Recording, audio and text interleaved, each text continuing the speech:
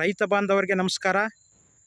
ನಾವು ನೋಡಿ ತೇರಂಬಳ್ಳಿ ಅಂತ ನಮ್ಮ ರೈತರು ಪ್ರಸಾದ್ ಅಂತ ಹೇಳಿ ನಮ್ಮ ಮಲ್ಲುಸ್ವಾಮಿ ಸರ್ ಇವ್ರಿಗೆ ಬಂದು ನಮ್ಮ MI ಕಂಪ್ನಿಯ ಅಗ್ರಿಕಲ್ಚರ್ ಪ್ರಾಡಕ್ಟ್ ಬಗ್ಗೆ ಪ್ರಮೋಟ್ ಮಾಡಿದರು.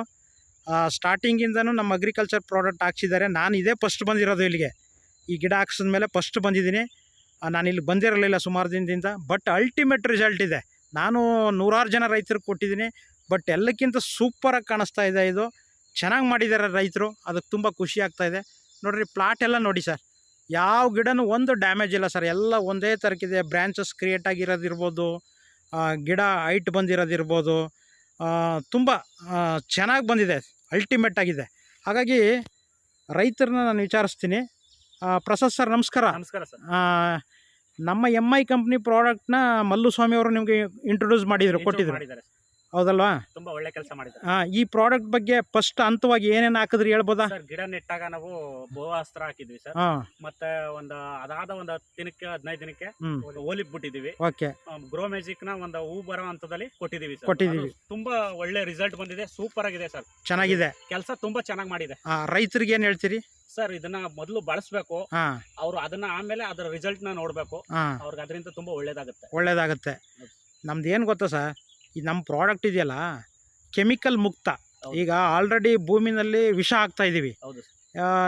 ನಾವು ವಿಷ ಹಾಕಿ ಅದನ್ನು ಪದಾರ್ಥ ಬೆಳೆದು ನಾವೇ ತಿಂತಾ ಇದ್ದೀವಿ. ಹಾಗಾಗಿ ನಮ್ಮ ಆಯುಸ್ಸು ಕಡಿಮೆ ಆಗ್ತಾ ಇದೆ. ಹಾಗಾಗಿ ನಮ್ಮ ಮಕ್ಕಳ ಪೀಳಿಗೆಗೆ ಈ ಭೂಮಿನ ಕೊಡುಗೆಯಾಗಿ ಏನಾರು ಕೊಡಬೇಕು ಅಂದರೆ ನೀವು ಈ ಭೂಮಿನ ವಿಷಮುಕ್ತ ಮಾಡಬೇಕು. ಕರೆಕ್ಟ್ ಅಲ್ಲ ಸರ್? ವಿಷಮುಕ್ತ ಮಾಡೋಕ್ಕೆ ನಮ್ದು ಯಾವ್ದಾದ್ರು ಒಂದು ಪ್ರಾಡಕ್ಟ್ ಇದೆ ಅಂದರೆ ಅದು MI company India agro product. ಹಾಗಾಗಿ ಈ ಪ್ರಾಡಕ್ಟ್ ಬಳಸ್ತಾ ಇದ್ದೀರಿ, ತುಂಬ ಖುಷಿ ಆಗ್ತಾ ಇದೆ. ಖುಷಿ ಆಗ್ತಾ ಇದೆಯಲ್ವಾ? ಹಾಗಾಗಿ ಭೂಮಿ ತುಂಬ ಫಲವತ್ತತೆ ಆಗ್ತದೆ. ನಿಮ್ಮ ಮಕ್ಕಳ ಕಾಲಿಗೆ ಕೊಡುಗೆ ಕೊಡ್ಬೋದು. ಹಾಗಾಗಿ ಈ ಪ್ರಾಡಕ್ಟು ಬಳಸಿದಿರಿ. ಬೇರೆ ರೈತರಿಗೆ ಏನು ಹೇಳ್ತೀರಿ ಸರ್? ಅವರು ಹೆಚ್ಚಿನ ಇದರಲ್ಲಿ ಬಳಸಬೇಕು. ಈ ಪ್ರಾಡಕ್ಟ್ಗೆ ಅವರು ಬರಬೇಕು. ಇಂಥ ಕೆಮಿಕಲ್ಗೂ ಇದಕ್ಕೂ ವ್ಯತ್ಯಾಸ ಹೇಳಿ ಸರ್. ತುಂಬಾ ಗಿಡಗಳು ಡೆವಲಪ್ ಆಗುತ್ತೆ. ಅಂದ್ರೆ ಈಗ ಸರ್ 2 ತಿಂಗಳು ಒಳಗಡೆನೆ ಅವ್ರು 2 ತಿಂಗಳು ಕಾಯಿ ಬರ್ಬೇಕಾದ್ರೆ, ಫುಲ್ ಕಾಯಿ ಬರ್ಬೇಕು ಅಂದ್ರೆ ನಾವ್ 2.5 ತಿಂಗಳು, ಹೋದ್ ಸಲ 3 ತಿಂಗಳು ಆಗೋಯ್ತು. ಇದು ಇದಾದ್ಮೇಲೆ ಒಂದ್ ತಿಂಗಳು 17 ದಿನಕ್ಕೆ ಬಂದಿದೆ ಸರ್. ಹೂ ಬಂದ್ಬಿಟ್ಟಿದೆ ಸರ್. 2 ತಿಂಗಳು ಮೇಲ್ ಆಗ್ತಾ ಇತ್ತು ಸರ್. ಹೋದ್ ಸಲ ನಾವು ಬೆಳೆದಾಗ 3 ತಿಂಗಳು ಆಯ್ತು ಕಾಯಿ ಬರೋದು. ಇವಾಗ ನೋಡ್ರಿ 1.5 ತಿಂಗಳಿಗೆ ಕಾಣಿಸ್ತಾ ಇದೆ.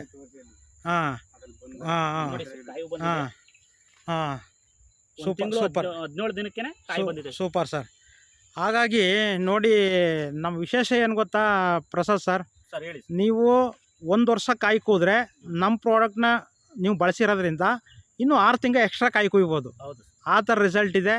ಹಾಗಾಗಿ ಇದು ನೀವು ಬೆಳೆದಿರೋದಲ್ಲ. ಇದ್ರ ಬಗ್ಗೆ, ಈ ಪ್ರಾಡಕ್ಟ್ ಬಗ್ಗೆ ಬೇರೆ ರೈತರಿಗೂ ಸ್ವಲ್ಪ ಪ್ರಮೋಟ್ ಮಾಡ್ತೀರಾ?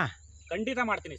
ಮಾಡಿ ಸರ್. ನಮಗೆ ಒಳ್ಳೇದಾಗಿದೆ, ಅದರಿಂದ ಬೇರೆಯವ್ರಿಗೂ ಒಳ್ಳೇದಾಗ್ಲಿ, ಬೇರೆಯವರು ಬೆಳೀಲಿ. Okay sir.